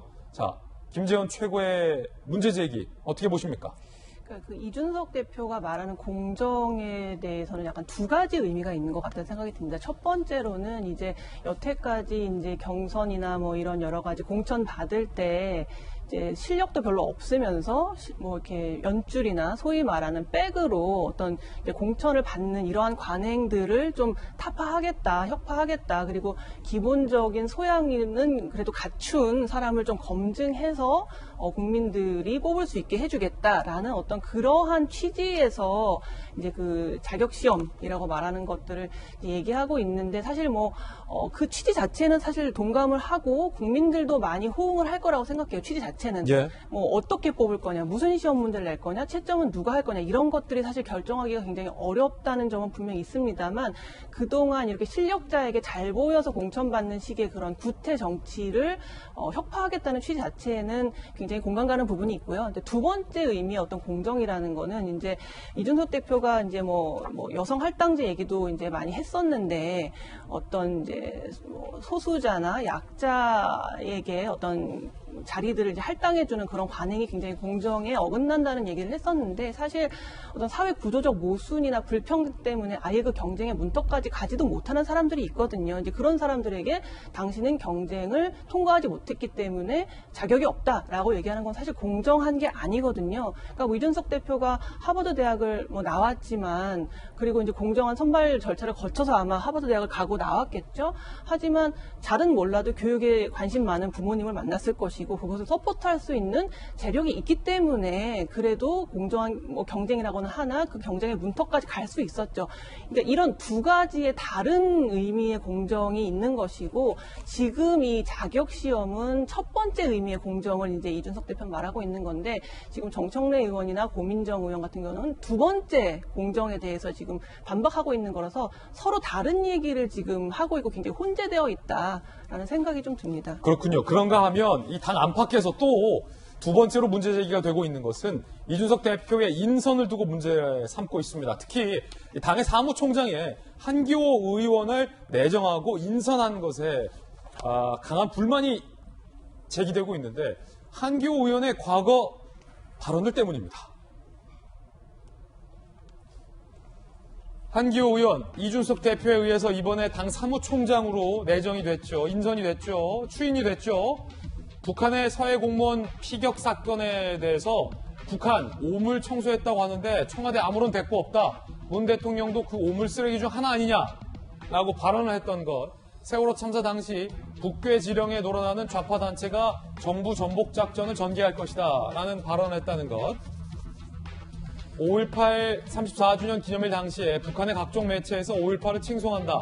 매년 대대적인 기념행사, 왜 북한이 우리의 기념일을 성대하게 기념하는지 궁금하다라고 발언을 했었고, 지역구 대규모 학폭사건 관련해서 가정교육이 문제다. 부모부터 잘해야. 임신 여군 중이 과로사 관련해서 당사자에게도 귀책사유가 있다라는 발언하는. 청년 실업 대책 관련해서 군 복무기간을 24개월로 다시 늘리자라는 전혀 맥락과 어울리지 않는 발언 등이 반복돼 왔다라는 것이 재조명되면서 야당에서 강하게 반발하고 여당에서 강하게 반발하고 있고요. 야당 일각에서도 불만의 목소리가 나오고 있습니다. 민주당 대변인은요. 이게 이준석의 혁신이냐라고 되물었고 민주당 광주시당에서는요. 5.18과 북한 연기설을 유포한 사람 이준석 대표 3일 만에 광주의 아픔을 잊었느냐라고 찔렀습니다. 이재명 기자. 제가 어떤 막말들입니까? 여당에서는 이거 막말이라고 하는데. 한기호 의원이 이제 군 출신이죠. 그러다 보니까 아무래도 이제 보수 관련, 그러니까 그 안보 관련해서 굉장히 이제 강경 발언들을 많이 했는데, 저 5.18 발언은 좀, 심각하게 이준석 대표가 받아들였어야 되지 않나라는 생각이 듭니다. 그러니까 5.18에 북한 연계되어 있다. 이것은 5.18 민주화 운동의 어떤 순수성을 훼손하는 그런 발언이죠. 근데 이준석 대표가 어쨌든 당 대표가 되고 첫 행보가 이제 호남에 가는 거였고, 광주에 가서, 물론 이제 가는 이유 자체는 이제 철거 과정에서의 그 사망 사고 때문에 간 거지만 가서 이제 5.18을 폄훼하는 발언들은 앞으로 없을 것이다. 또 약속을 하지 않았습니까? 그런 상황에서 어떻게 보면 첫 인선 중에 하나가 지금 사무총장 인선인데 사무총장의 5.18 발언은 역시 좀 문제가 있는 발언이 아닌가 이런 생각이 들고 그런 점에서 어쨌든 당이 쇄신하는 모습을 보일 수 있는 게 결국은 인선하고 정책밖에 없습니다. 그런데 그 인선의 첫 번째 과정 속에서 본인의 어떤 발언과 좀 이렇게 배치되는 그런 인선을 하는 것 자체가 좀 논란이 있다고 생각하고 이 문제가 제기된 게 사실 언론이 제기하기 전부터 이준석 대표를 굉장히 적극적으로 밀었던 어떤 2030 남성 커뮤니티 보니까 그때 한기호 의원이 사무총장 걸어내니까 바로 이 문제가 막 제기되더라고요. 그러니까 이게 사실은 당연히 제기될 것을 이준석 대표 저는 알았을 것 같습니다. 그럼에도 불구하고 왜 이렇게밖에 인선하지 못했는가? 물론 이제 뭐 여러 중진 의원들 접촉했지만 이제 뭐 이렇게 거절하는 의원도 있고 이러다 보니까 차선 체계할 수 있을지 모르겠으나 저는 조금 뭔가 이준석 대표가 하여튼 굉장히 지금 본인 행보 하나하나가 모든 당 안팎의 관심을 받고 있는 상황에서 조금 신중치 못한 결정이 아니었을까 저는 개인적으로 생각하고 있습니다. 이 당 안에서는 한기호 의원을 사무총장에 임명하면서 조 전 장관 등에게 공격을 할 빌미를 줬다라는 비판도 나오고 있다고 합니다. 조 전 장관이 어떤 이야기를 했길래 함께 보시죠. 여러 가지 한기호 의원들의 과거 발언 논란을 다시 되새기며 이분은 잊을래 잊을 수가 없다라고 공격을 해왔습니다. 김영주 의원님. 네. 제가 취재하기로 권영세 의원 등은 강하게 고사한 걸로 알려져 있고 하지만 사무총장을 강하게 하고 싶다라는 의지를 강하게 밝혔던 적격자들이 있었던 것으로도 알고 있는데 왜 이 논란을 무릅쓰고 당 안에서 나오는 얘기처럼 조 전 장관 등에게 오히려 공격할 빌미를 주어가면서까지 한기호 의원 임명을 강행했을까요? 글쎄요, 저는 이제 언론에 우리가 이렇게 포커싱을 하고 있는데 본인이 이제 그것을 인선할 때는 그런 전반적을 다 검토하지 못한 상태에서 어쨌든 이렇게 원래 본인이 생각했던 인물들이 말하자면 뭐 고사하거나 이런 과정에서 시간은 촉박하고 그렇게 이제 선정할 수밖에 없는 여러 가지 내부 이유가 있었을 거라고 보여지는데 사실은 이거 뭐 뉴스 신문 검색만 해봐도 다 나오는 거 아닌가요? 몰랐다고 하기엔. 뭐 그럼에도 불구하고 본인이 이제 가장 큰 문제는 앞으로가 이 시그널이 만약에 이준석 대표가 자기 고집으로 이렇게 반발성 인사가 됐다 그러면 굉장히 나쁜 시그널이 되겠죠. 그렇습니까? 예. 그렇죠. 실제로 원래 내가 이만큼의 당의 큰 컨벤션 효과를 갖고 와야 되는데 내가 모시고자 하는 사람들이 다 거부하는 것은 사실은 나보고 어떻게 하란 말이냐 하는 어떤 그런 섭섭함이 이미 분노나 섭섭함이 내부적으로 쌓여오면서 리액션으로 일단 그렇다면 하고자 하는 사람한테 주자 이렇게 했다 그러면 앞으로 상당히 이게 문제가 될 수 있을 거라고 어떻게 보면 당내에서도 이준석 대표에 대한 신기 관리가 저는 일정 정도 필요하다는 생각이 들고요. 이준석 대표도 바쁘지만 어쨌든 자기 인선의 원칙을 다시 한번 스스로 이렇게 정리할 필요가 있겠다라는 생각이 들고요. 다만 이제 군 출신이기 때문에 여러 가지 일을 하는 데 있어서 흔히 우리가 각이 잡혀 있다. 아주 질서정연하고 사무총장 하는 데 있어서 여러 가지 매뉴얼식이라고 하는 부분에 마음에 들을 수 있습니다만은 그런 의미에서 이준석 대표가 본인이 당 전체를 관장하려면 우선순위를 정확하게 할 필요가 있겠다는 생각이 듭니다. 예, 그렇군요. 조금 전 뉴스 속보가 들어왔는데 윤석열 전 총장 측이 입당과 관련한 추가 입장을 밝혔습니다. 일단 민심 투어를 다니겠다라고 밝혔고 시장 다니며 어묵 먹는 것 아니다라고 선을 그었습니다. 그렇다면 어떤 걸까? 영향력 있는 분들을 만나 다양한 목소리를 듣겠다라는 민심 투어다라고 밝혔고 국민의힘 입당 여부는 그 이후에 판단할 문제다. 앞서서 저희가 마이웨이라는 표현을 했는데 지금 당장이라도 늦어도 8월 말까지 재촉하고 있는 이준석 대표 등을 향해서 일단 투어 다니고 나서 판단하겠다라고 한 번 더 입당에 대해서 늦췄습니다. 입당 여부에 대해서 꼭 급한 거 아니다. 기존에 국민의힘에서 1등하는 게 뭘 중요하냐 라는 입장의 연장선상이라고 볼 수 있겠죠. 민심 투어 좀 해보고 결정하겠다. 일단 시장 좀 다녀보고 결정하겠다 라고 했는데 이 기자 이것도 약간 신경전의 연장선입니까? 아니면은 정말로 국민의힘 입당 여부에 대해서 그 아무런 중요한 거 아니다라고 판단하는 겁니까?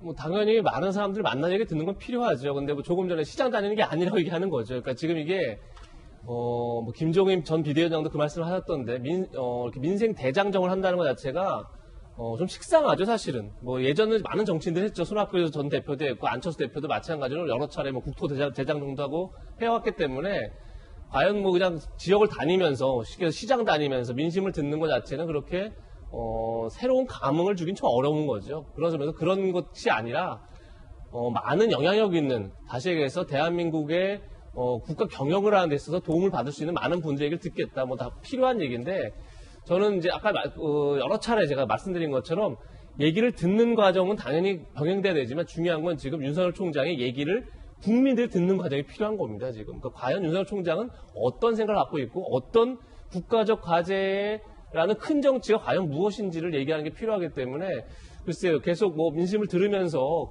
그 얘기를 본인도 하겠지만 결국 국민들이 원하는 것을 무엇인지를 정확히 알고 그 큰 정치에 대한 본인 스스로의 솔루션을 제공하는 게 지금 필요한 시점이다. 그런 점에서 글쎄요. 뭐 어떻게 할지 모르겠지만 그것을 먼저 고민할 때가 아닌가 싶습니다. 저는. 자, 제가 추가적으로 질문 드릴게요. 김연아 의원님. 민심 대장정에 대해서는 이 기자가 잘 말을 해줬고 그 이후에 입당 여부는 결정할 문제다라고 한 부분, 그 부분과 관련된 추가 질문인데 이게 지금 한쪽에서는 계속 들어와라, 왜 안 들어오냐 이러고 있는데 내가 할 때 가겠다. 민심 대장정 이후에 생각해보겠다라고 하는 게 일종의 기싸움인 겁니까? 아니면 정말로 입당 여부에 대해서 관심이 별로 없는 겁니까? 저는 일단 기싸움이라고 조심스럽게 추측을 해보는데요. 윤석열 전 총장이 정치를 처음 하겠다고 생각했던 올 봄과 지금의 국민의힘의 위상이 사실은 굉장히 많이 달라졌습니다. 과연 대선이라고 하는 정말 큰 선거를 치르면서 본인이 얘기한 큰 정치를 하면서 지지율이 뭐 최고는 높게 나올 때는 40%까지 나오는 제1야당을 간과하고 정치를 할 수 있을까? 저는 그거는 현실적으로 가능하지 않다고 생각됩니다. 다만 입당 여부가 아니라 입당 시기에 대해서는 조율할 수 있겠죠. 그러나 지금 저 워딩에서 입당 여부는 뭐 이런 식의 표현은 제가 봤을 때는 좀 적절하지 않고 정말 아마추어 같다는 생각이 들고요. 입당 여부는 입당 안 할 수도 있다라는 말을 전제한 그렇죠. 거니까. 예, 그러면 정말 이제 뭐 제3지대를 열어야 된다는 건데 그게 현실적으로 기술적으로 지금부터 정당을 새로 만드는 게 이게 시간상 가능하지가 않습니다. 그러나 입당 시기가 아니라 입당 여부. 그렇죠. 예, 그래서 저는 오히려 저렇게 얘기할 때 국민들의 불신이 쌓인다고 생각해요. 요거는 이제 김연아 전 의원이 당에 소속돼 있으니까 네. 당의 입장이 좀 반영된 말씀. 근데 이제 김종인 위원장님도 그 제3세력이라고 해서 새로운 창당은 아니라고 말씀하셨어요. 그게 기술적으로 굉장히 어렵고 그걸 이미 작년 연말에 얘기를 했던 거라 저는 아까도 제가 말씀드렸지만 그냥 윤석열식 좀 투박하지만 솔직하게 직설적으로 국민들에게 직접적으로 하는 화법이 훨씬 더 윤석열을 돋보이게 할 수 있다. 오히려 지금의 이런 화법이 윤석열을 오염시킨다라는 것에 조금 주안점을 갖고 좀 정리해 나가셨으면 좋겠고 27일 뭐 입장 표명도 뭐 미리 뭘 하겠다라고 얘기하는 것보다는 좀 이렇게 진짜 단도직적으로 행동으로 먼저 나서는 것 이게 좋겠다는 생각을 해봅니다. 김연아 의원의 개인 견해고 윤석열 전 총장 측에서는 입당이 반드시 필수 조건이다라고 생각하는 것 같지는 않습니다. 다른 생각이 좀 있을 수도 있는 것 같아요. 반드시 입당을 해야 한다. 과연 윤 전 총장 측과 국민의힘의 같은 그림을 꾸고 있는 것인지에 대한 이야기도 흥미롭게 앞으로 전개될 것 같습니다. 들어보겠습니다. 이번엔 저희가 준비한 다음 이슈입니다. 민주당의 대권 주자들의 발걸음도 빨라지고 있습니다. 쟁걸음이 됐습니다. 특히나 이재명 지사와 이낙연 전 총리가 경선을 연기하느냐 마느냐를 두고 감정 섞인 반응들로 정면 충돌하고 있습니다. 약장수 행세, 쓰레기 취급이라는 격앙된 발언까지 양측이 주고받고 이제는 이재명 개, 이낙연 개, 이 진영 간의 충돌 양상까지 비화되고 있습니다. 급기야 연판장까지 지금 나왔다고 합니다. 일단의 어떤 감정이 격앙되는 어떤 그 충돌 양상을 좀 보죠.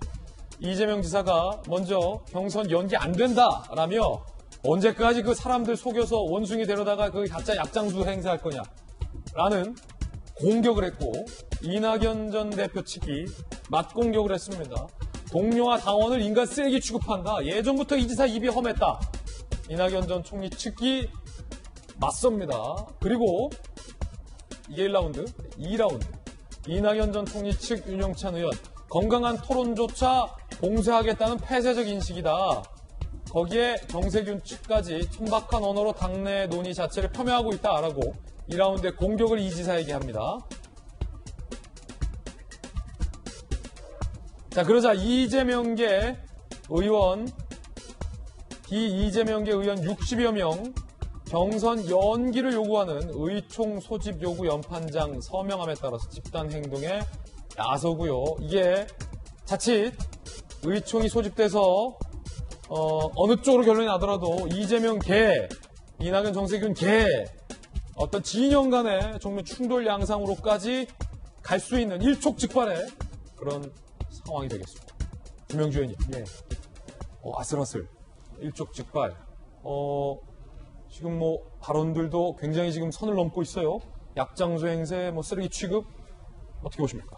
그래서 이제 경선 연기와 관련해서 이재명 지사 또 추미애 박용진 이 세 분 정도는 이제 그대로 현행대로 가자 하고 그 나머지 부분은 경선 연기해야 된다. 그런데 지금 현재 백신 들어오는 상황이라든지 컨벤션 효과라든지 또 과거에 노무현 후보 시절 또 혹은 강금실 후보 시절에 우리가 후보를 먼저 뽑는 바람에 졌다. 이런 트라우마가 민주당 속에 있습니다. 이제 그렇기 때문에 실제적으로 서울, 부산, 시장 부분에 대해서 당은 고쳐서 망했다라는 것 때문에 우리가 실제로 보면 큰 선거를 앞두고 그것 때문에 원칙 지키다가 실제로 정권 뺏길 수 있다는 위기의식들이 있기 때문에 특히 저는 이재명 지사가 유인태 전 수석의 얘기를 좀 귀담아 들었으면 좋겠습니다. 그러니까 표명을 저렇게 하지 않고 혹은 정말로 9월에 하나 11월 달에 하나 나는 크게 대세에 지장이 없다. 그리고 전체 당의 지도부에 맡기겠다라든지 혹은 그런 얘기를 함으로써 본인이 더 크고 믿을 만한 리더라고 하는 생각을 갖게 하거나 혹은 2개월을 못 버티면 대세냐 이런 비판을 받지 않을 수 있는 그런 부분이 있기 때문에 만에 하나 지금 이 부분을 사실은 원인 제공을 지금 아주 날카롭게 하는 거를 이재명 지사가 먼저 그렇게 꺼냈단 말이죠. 사실은 9월 선거를 하나 11월 선거를 하나 사실은 결선 투표제가 있기 때문에 이 부분을 잘못 이재명 지사가 관리를 하면요.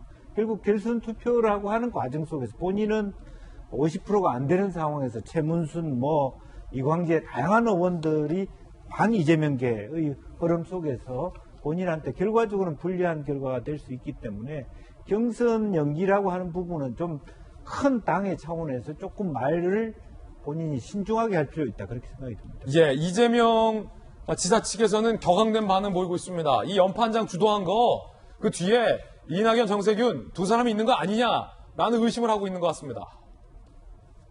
언론 보도도 나오고 있는데 의총 소집 요구서를 서명한 연판장 돌리는 의원 60여 명 중 이낙연 전 총리 측이 이렇게 있고 정세균 전 총리 측도 이렇게 있다. 그러자 이재명계의 정성호 의원이 이렇게 반발합니다. 대선에 실패해도 나만 살면 된다는 탐욕적 이기심의 끝이 어딘지 걱정된다. 자, 이거 김준희 교수님 누구 들으라고 한 말입니까? 그렇죠. 이제 어쨌든 그 경선을 미루자고 하는 지금 이낙연 전 대표 측이나 혹은 정세균 전 총리 측을 이제 겨냥해서 이야기를 한 건데. 탐욕적 이기심의 끝.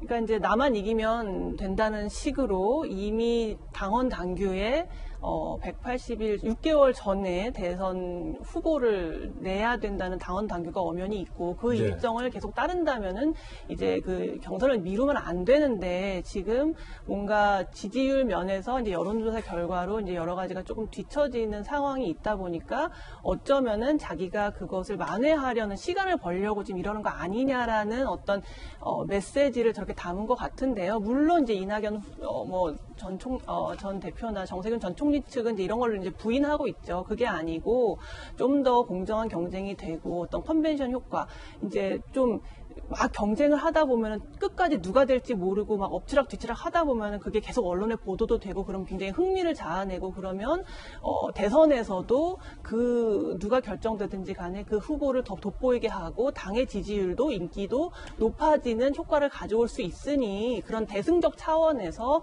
경선을 미루자는 것이다라고 지금 주장을 하고 있습니다만 그러니까 아마 이번에 이제 전당대회하고 양당에서 당대표 뽑는 과정을 보더라도 이제 국힘당 같은 경우에 굉장히 이제 흥행몰이에 성공을 했잖아요.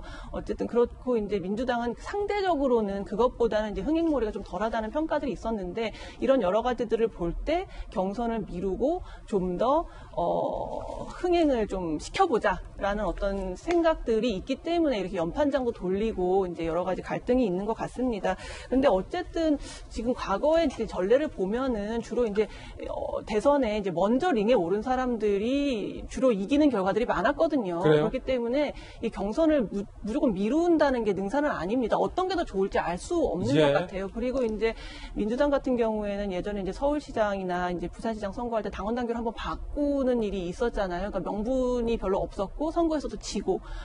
이번에도 그러면은 이런 컨벤션 효과라는 게 과연 당원 당규를 바꿀 만큼의 어떤 명분이 성립하느냐에 대해서 국민들이 얼마나 설득을 당할지, 그러니까 어떤 결정을 하더라도 경선을 미루더라도 미루지 않더라도 어떤 결정이 나더라도 국민들이 그 과정이 굉장히 공정했고 깨끗했다라는 것을 납득할 수 있어야 되는데 너무 이렇게 진흙탕 싸움처럼 예.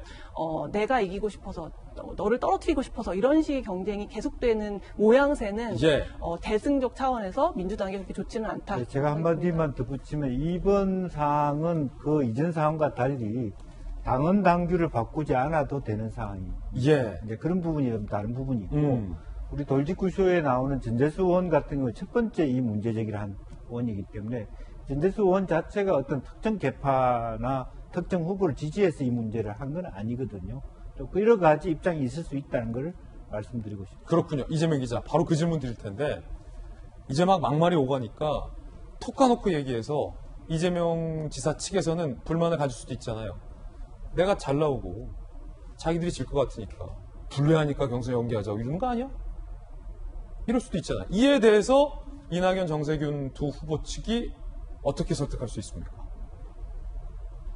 그러니까 저는 사실 양쪽 다 좀 이해가 안 되는데, 뭐 조금 전에 김영주 전 의원도 말씀하셨지만 이재명 지사는 사실 대세론의 위용을 보이는 게 되게 중요하죠. 그럴 때 대세론이 오히려 유지되고, 그러니까 늘 이렇지만 권력이라는 게, 그러니까 늘 권력이라든지 뭐 정치인 인기라는 게 거기 오르는 게 중요한 게 아니라 오르고 나서 어떻게 유지하고 관리하느냐가 굉장히 정치인의 실력입니다, 사실은. 그런 점에서 이재명 지사가 저렇게까지 할 이유가 되다 있는가 잘 모르겠고, 그러니까 오히려 대세로서의 위용을 가지고 끌어안고 포용하고 뭐 원하시는 게 있으면 오히려 들어주겠다는 식으로 가는 게 저는 이재명 지사의 오히려 더 좋은 전략이 아닌가. 그걸 굳이 막 진짜 가짜 팔던 시는 지났다. 그 다음에 또 측근 의원도 뭐 함욕의 끝이다. 이렇게까지 표현할 이유가 있나. 하나 그게 그냥 의문이고. 예. 또 반대 진영도 사실 지금 분리하니까 하는 거죠. 예. 연기론도 다 분리하니까 하는 건 이해하는데 제가 누차 말했지만 사실 연기한다고 시기가 달라진다고 뭐가 달라지나요?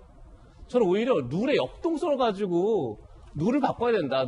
역동적으로 뭔가 다른 후보들이 올라올 수 있는 환경을 만들어줘야 된다. 이렇게 룰을 가지고 저는 논쟁을 피는 게 오히려 바람직할 것 같은데 과연 시기만 가지고 계속 저렇게 얘기하는 게 과연 어떤 보는 관전자 입장에서 사실 대선이라는 게 결국은 관전자가 결정하는 거 아니겠습니까? 국민들이 결정하는데 국민들한테 그 모습이 과연 긍정적으로 비칠까? 그것도 그냥 의문입니다. 그래서 오늘 아마도 이제 송영길 대표가 오늘 최고위원회에서 1차 논의를 하고 그걸 의총해서 다시 2차 논의할 것 같은데 그 논의 속에서 과연 국민들이 어떻게 했을 때 민주당 대선 경선에 관심을 가질지를 좀 더 면밀하게 따져봐야 되지 않을까 싶습니다. 그 가운데 이재명 지사가 누구를 만난 줄 아십니까? 친문 김경수 지사를 만났습니다.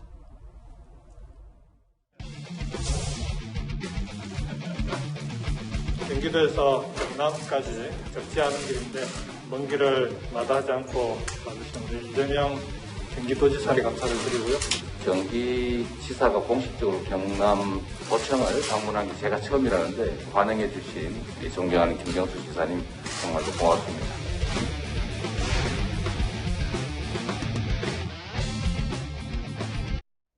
자, 그런가 하면 정세균 전 총리 측이 독도 홍보 영상을 올렸다고 합니다. 함께 보시죠. 그 가운데 이 홍보 영상이 또 뭘 따라한 거 아니냐 이런 논란도 일었다는데 일단 한번 보실게요.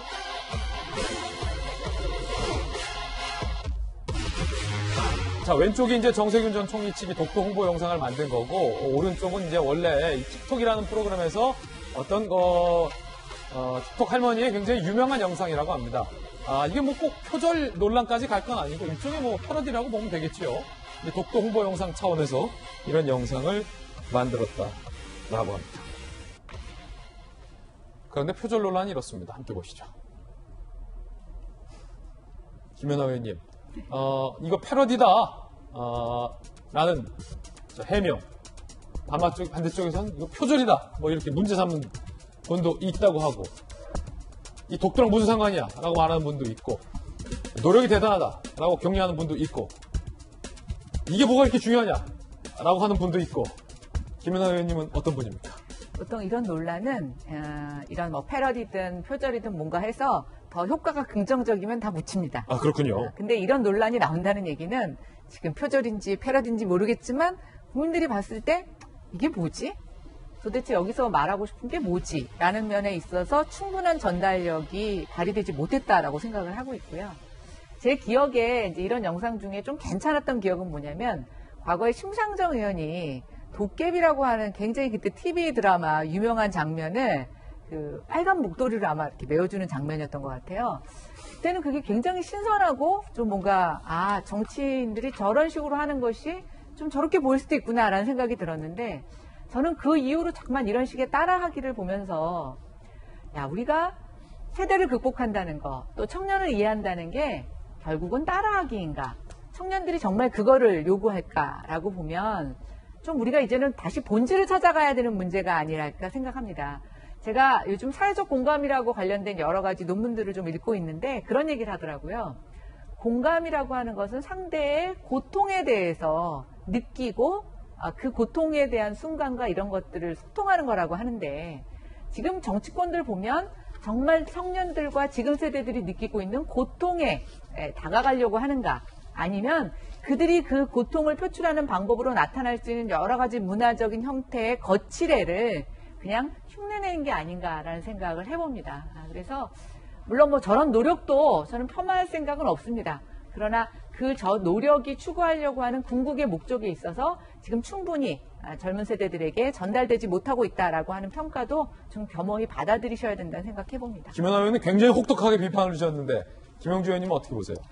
어쨌든 뭐 최근에 메타버스까지 굉장히 복잡한 청년들의 문화가 있고 우리들의 문화도 빨리 변화가고 있는데 아무래도 정세균 그 후보 전 총리 입장에서는 조금 다 모든 후보보다 고령이라고 하는 한계를 갖고 있기 때문에 그것을 스스로 극복하려고 하는 노력 뭐 이런 부분들이 있다고 생각을 하고요. 또 그런 부분에 대해서 박수를 쳐주고 또 격려하고 또 비판할 건 비판하고 그러면서 그건 이해하고자 하는 노력, 뭐 그것만큼은 높이 샀으면 좋겠다는 생각입니다. 그런가 하면 김용호 의원의 휴대전화에 요 문자 메시지가 포착이 됐다고 합니다.